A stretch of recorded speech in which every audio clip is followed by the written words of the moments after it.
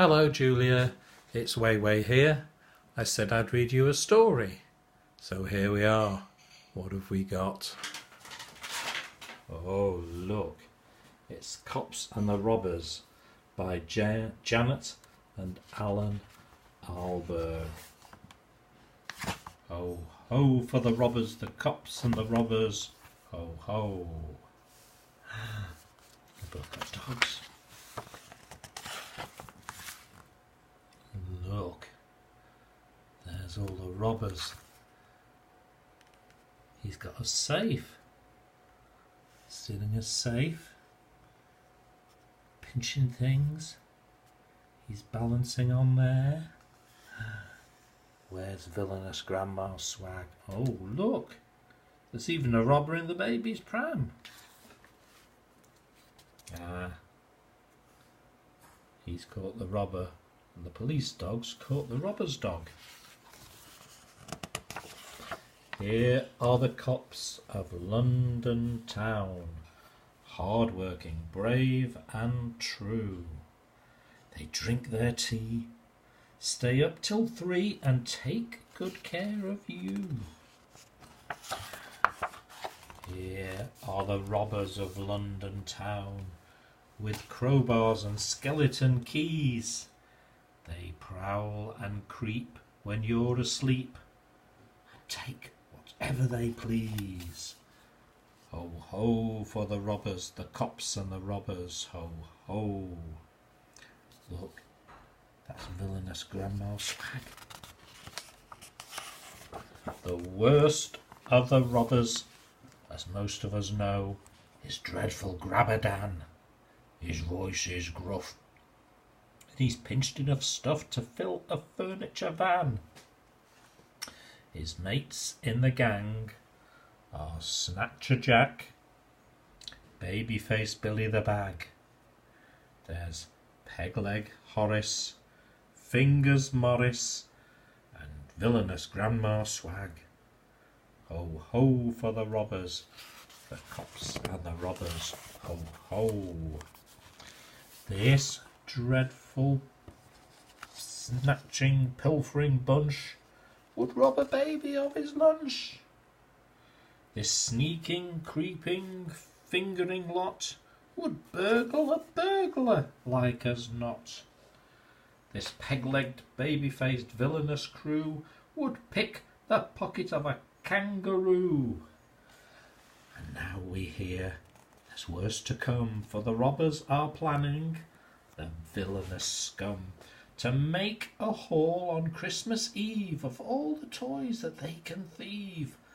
Like crooked Santas they'll creep about, but pinching presents, not giving them out. Ho, ho for the robbers, the cops and the robbers. Ho, ho. The best of the cops, by common consent, is upstanding Officer Pugh. He can run like a hare and fight like a bear. And he's good at crosswords too. So on Christmas Eve, when the trouble began, the station sergeant said, "The thing to do is send for Pugh. He'll get them, alive or dead." "Listen, Pugh," said the sergeant, "the problem is this. There are toys going missing galore. From the size of the job, we suspect it's a mob. What they need's the strong arm of the law." There's the map where all the robberies are taking place. Ho, ho for the robbers, the cops and the robbers. Ho, ho. Meanwhile, outside, in the gloomy street, the strong arm of the robbers was working a treat, and the strong leg too, and the beady eye, keeping watch for passers-by. At the windows, in at the doors, down the chimneys, under the floors. Through silent rooms the robbers crept, while in the beds the children slept, dreaming of Santa Claus and snow and what they'd get from Uncle Joe. They never knew that Uncle Morris was robbing them. Look! And Uncle Horace. Ho, ho for the robbers, the cops and the robbers. Ho, ho. They're very bad, aren't they? The lookout man was Snatcher Jack. There he is. He stood in a doorway yawning.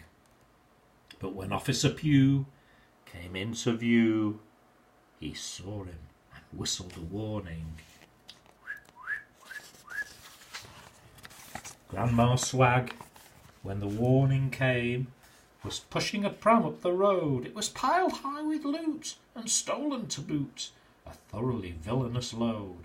"Hello, hello," said Officer Pugh. "Now then, what's going on here?"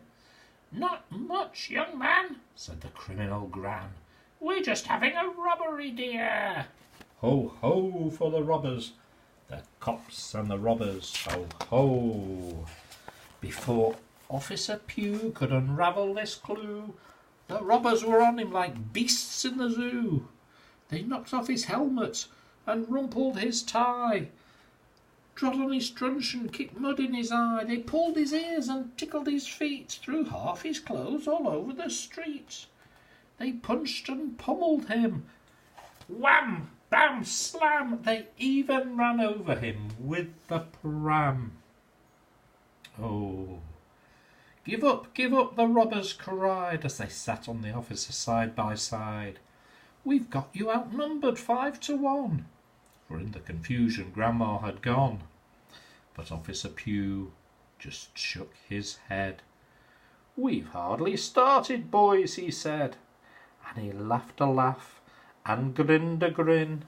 Sitting comfortably, are you? Then I'll begin. With a sudden leap, he bounded free and handcuffed Horace to a nearby tree. He tied up Morris in an empty sack and beat the daylights out of Jack. Help! Shouted Billy. This can't be fair. This Pugh's not human. He fights like a bear. My mother was right. Crime doesn't pay. And with these words he fainted away. Grabber Dan was the last to cop it, Grandma, of course, having chosen to hop it.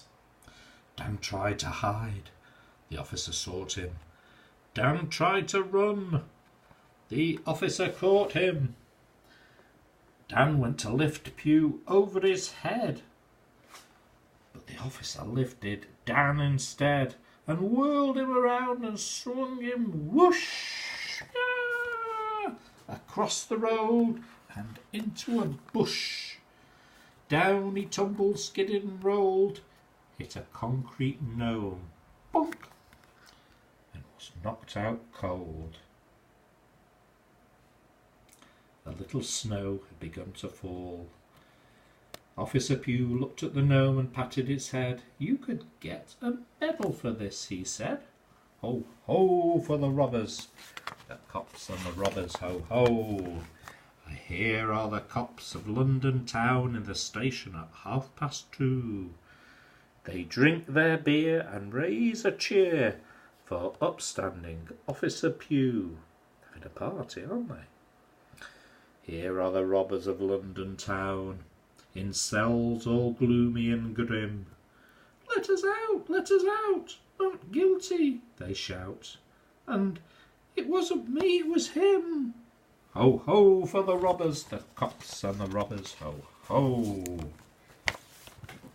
And the toys, they were all taken back by a Santa Claus copper with a Santa Claus sack, while the rest of the force searched day and night for an elderly lady of medium height, with a fondness for earrings and red fox furs, and a habit of taking what wasn't hers. She usually carried a sizable bag. Her name, of course, was Grandma Swag. Look, there she is. She's pinching sausages. Ho, ho for the robbers, the cops and the robbers, ho, ho. I I hope you enjoyed that book, Julia.